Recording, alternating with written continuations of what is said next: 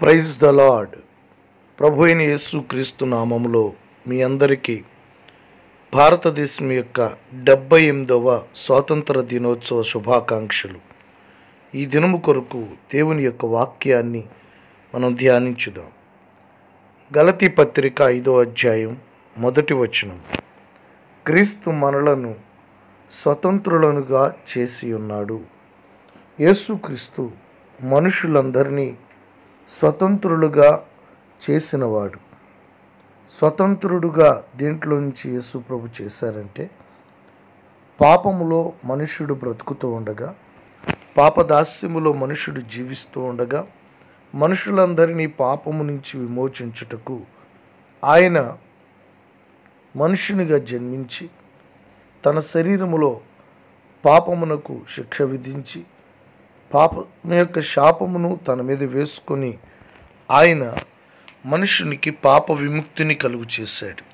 ప్రియ దేవుని బిడ్డ, పాపము చేయు ప్రతివాడు పాపమునకు దాసుడు అని పరిశుద్ధ గ్రంథం తెలియజేస్తూ ఉంది. ఎవడు పాపము చేత జయించబడతాడో వాడు పాపమునకు దాసుడు. ప్రియ సహోదరుడా, సహోదరి, నీ జీవితంలో పాపం ఏలుబడి చేస్తున్నట్లయితే, పాపం నీ జీవితాన్ని పరిపాలిస్తున్నట్లయితే, నీవు దాసుడివే కానీ స్వతంత్రుడు కావు. పాపం నీ జీవితాన్ని శాపంలోనికి, నష్టంలోనికి, దుఃఖంలోనికి, కన్నీటిలోనికి తీసుకుని వెళుతుంది. అందుకే ఈరోజు దేవుని చెంతకు వచ్చి, ప్రభువా, నా పాపమును క్షమించి పాప బంధకాలన్నింటినీ తెంచి నాకు ఒక విడుదల దయచేయండి అని యేసుక్రీస్తుని నువ్వు అంగీకరించగలిగితే నీ జీవితంలో గొప్ప కార్యాన్ని చూడగలుగుతావు. యేసుక్రీస్తు స్వతంత్రులుగా మనుషులను చేసి మనుషుల జీవితాలలో ఒక విడుదలను అనుగ్రహిస్తాడు.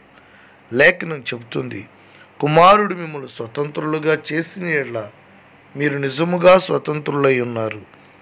నిజమైన స్వాతంత్ర్యం నీ జీవితంలో నువ్వు పొందుకోవాలి.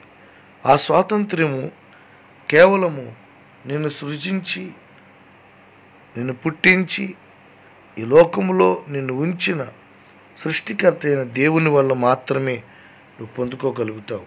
దేవుడు మాత్రమే మనుషుడిని స్వతంత్రునిగా చేయగలరు.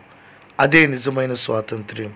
అట్టి స్వాతంత్ర్యం మనందరికీ, మన దేశానికి, సకల ప్రపంచంలో ఉన్న మానవాళ్ళందరికీ యేసుక్రీస్తు అనుగ్రహించునుగాక. ఆమేన్.